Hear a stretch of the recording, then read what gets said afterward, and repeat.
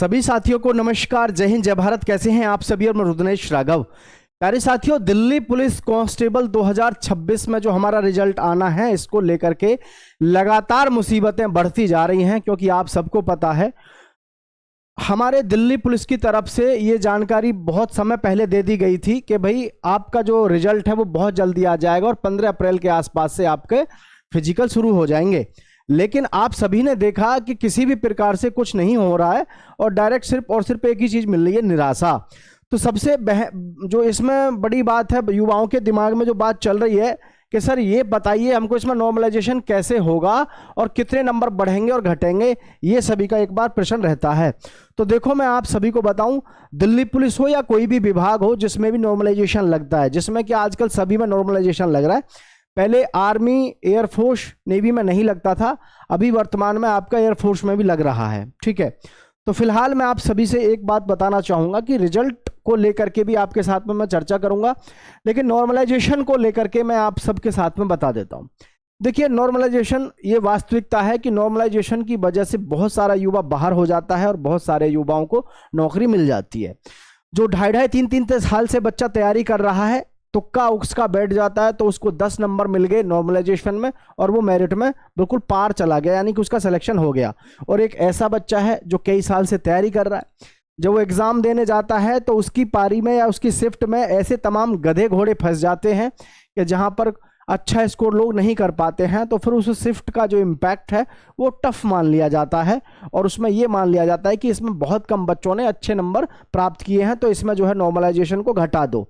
अब ये घटाने और बढ़ाने की जो प्रक्रिया है वास्तव में बड़ी ही टफ लगती है उन युवाओं को जो वास्तव में मेहनत करके जाते हैं। अभी पिछली बार लगातार ऐसे केसेस सामने आते हैं कि मेरे 10 नंबर एक्स्ट्रा थे मेरिट से, लेकिन जब नॉर्मलाइजेशन आया तो पता चला कि जी मैं तो जो है उसमें गड़बड़ हो गया, क्योंकि आंसर की में सब पता चल जाता है कितने प्रश्न गलत हैं कितने सही हैं।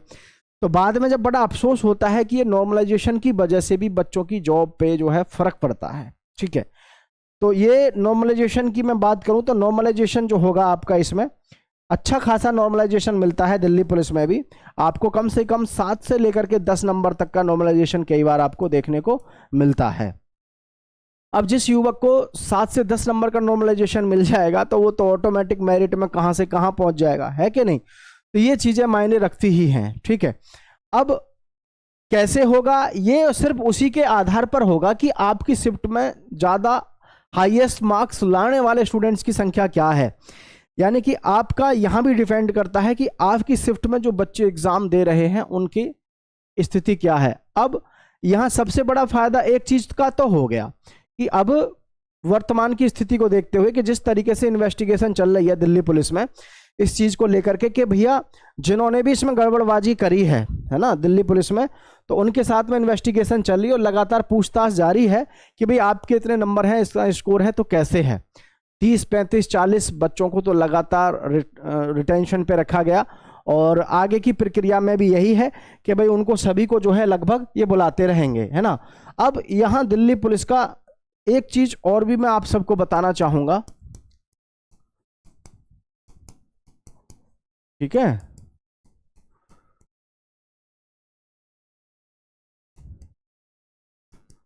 देखो इसमें एक सबसे बड़ा एक चीज और भी है दिल्ली पुलिस में कि वर्तमान की स्थिति को देखते हुए, यानी प्रेजेंट की स्थिति को देखते हुए लग रहा है जिस तरीके से छानबीन चल रही है, इन्वेस्टिगेशन चल रही है, वास्तव में रिकॉर्ड बनाने वाला ये काम हो रहा है। अब की बार सराहनीय काम हो रहा है, क्योंकि इससे क्या है, हौसले परास्त होंगे उन सभी के जो 2 नंबर से इसमें सिलेक्शन ले लेते हैं।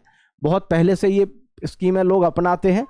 अभी जिनके ज़्यादा नंबर हैं उनसे जब जवाब तलब होगा तो अपने आप उगल देंगे सच्चाई। और मैं तो एक बात कहता हूं, जिसका भी वो नाम लेना उनको इस तरीके से तोड़ के रख दिया जाए ढंग से कि जीवन में अपने बच्चों से भी कह दें कि भैया नकल करने की तो छोड़ दो, दिल्ली पुलिस में एग्जाम ही मत दियो। दिल्ली पुलिस में ना किसी भी विभाग में बुलडोजर जो चलने चाहिए, सही पूछो तो ऐसे मामलों में चलने चाहिए, है ना। क्यों? यहाँ पर लाखों लोगों की आस्थाएं जुड़ी हुई होती हैं, 1-2 लाख नहीं, कम से कम 28-30 लाख युवा जो है फॉर्म डालता है और जब वो पेपर दे के घर से मतलब घर से जाता है निकल के, कैसे कैसे अपनी व्यवस्था करता है, वापस घर आता नहीं है कि रास्ते में पता चलता है कि जी पेपर लीक हो गया, पेपर में ये गड़बड़ हो गई, वो गड़बड़ हो गई। ठीक है, तो ये चीज़ें रहती ही हैं सभी के साथ में। तो ये जो है ख़त्म होना चाहिए।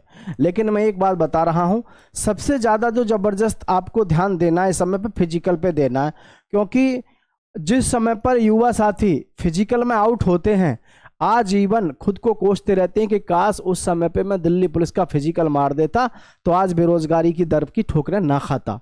हर साल न जाने ऐसे कितने युवा साथी होते हैं जो हर साल इस चपेट में आते हैं कि भैया मैं तो दिल्ली पुलिस में रह गया क्योंकि मेरे से फिजिकल नहीं हुआ, है ना।